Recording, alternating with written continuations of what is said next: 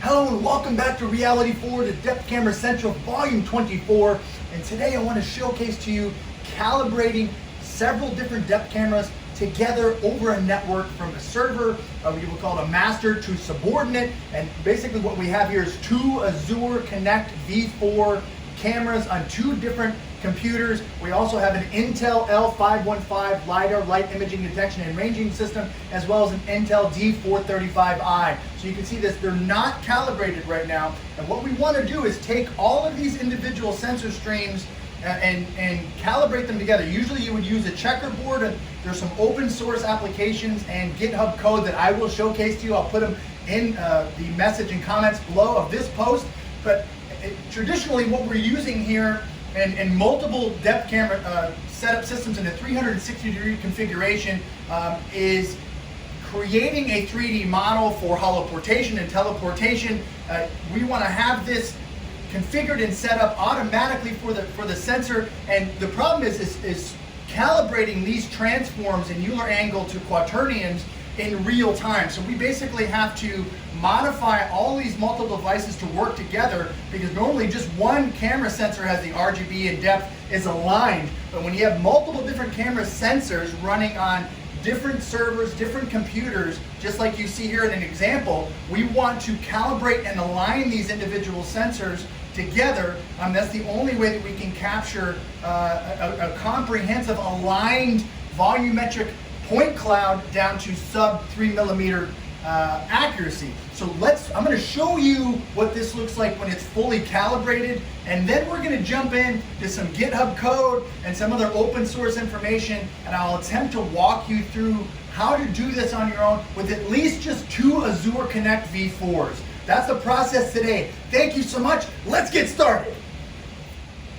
Hello and welcome back. So what you see here is all four cameras have been aligned and calibrated with their own transforms in this point cloud space. And how we've actually configured this, and you can do this with the Azure camera or any depth camera system, is with the Azure system itself. They have a daisy chain configuration where using a 3.5 millimeter audio cable will go in and out of these daisy chain synchronization master device. Up to 8 different devices can be synced after the master, so 9 altogether, 9 individual cameras.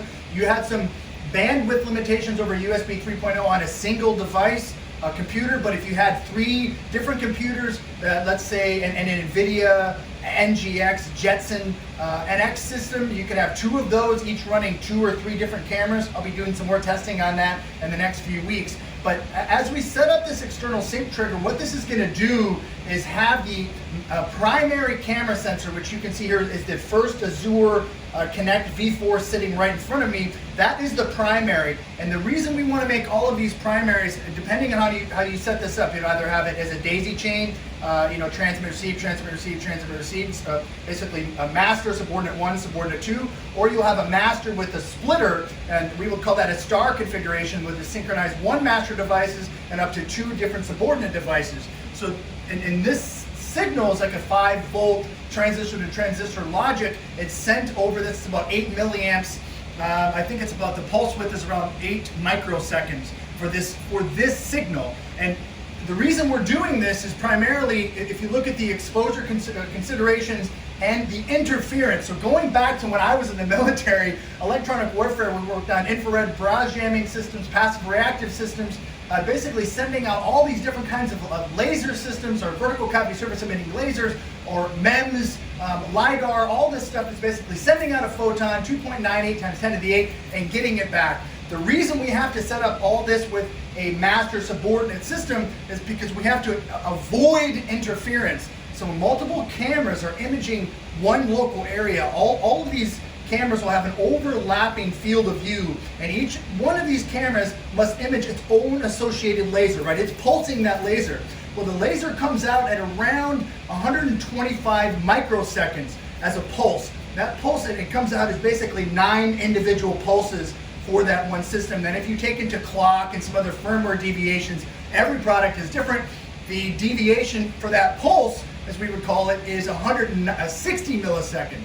So basically the laser comes on, the vertical cavity surface emitting laser, has 9 pulses, and each individual pulse is separated by 125 microseconds. So it'll be like pulse, pulse, pulse, pulse, pulse, all the way up to 9, and then it's going to take an idle time. And this idle time here is very, very important for you to understand, because without you understanding this idle time, you won't be able to calibrate each one of these other sensor systems. And I believe it's around 14,000 microseconds or 23,000 microseconds depending on the configuration.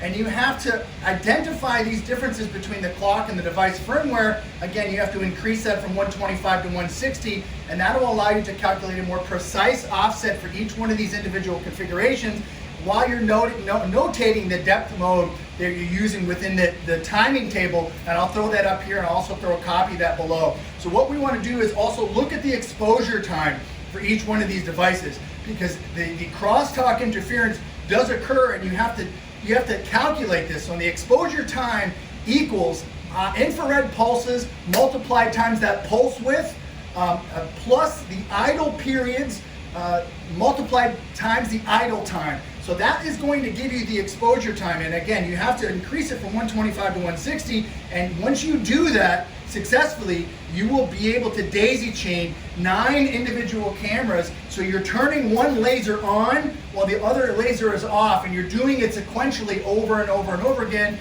in a for loop, right? And you can do this with it. In your own software. You can use this software, which is Jasper Bray Cool's Body V3 or his Point Cloud V3. There's other software packages out there that do something very, very similar, but in your own software, what you're going to have to do is use the depth delay off color USEC or the subordinate delay off master in microseconds to ensure that each one of the infrared lasers fires its own 160 microsecond pulse window outside of the field of view of the second and third and fourth and fifth and sixth camera. It's really, really fascinating to see how these systems communicate, but also how to mitigate crosstalk and interference. It may be one of the most important things in this field of research, because if you don't eliminate this, you're going to have a whole host of a lot of other issues going across the board. Now let's also move into compressing. Now this data is very extremely computational, excessive, and it puts a lot of load on the GPU and CPU for rendering these computational depth, RGBD, information XYZ. All this data is coming back in real time. So there is a sensor stream pipe by MOETSI.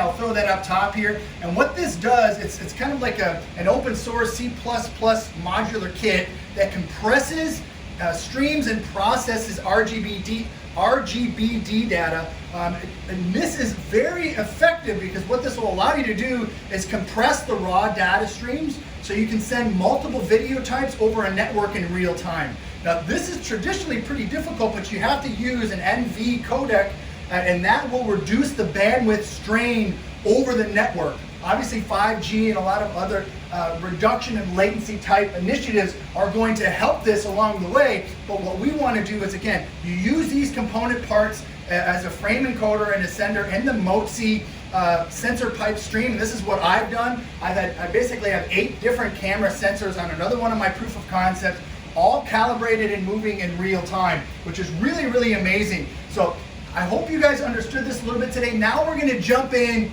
to the GitHub portion of this, where I go through a few of the open source applications and codes out there. I think there's one for a green screen, which allows you to use a calibration checkerboard for multiple Azure cameras. That's actually what I use to design my own system. And then we'll kind of jump into some other stuff. I'll actually show you just an Intel calibration system here, maybe with multiple Intel D435Is and the LiDAR system. Maybe I'll set up the new D455.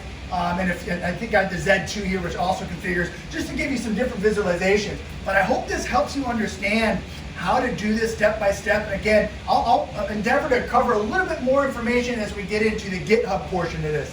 Thank you so much. Let's jump into the next phase.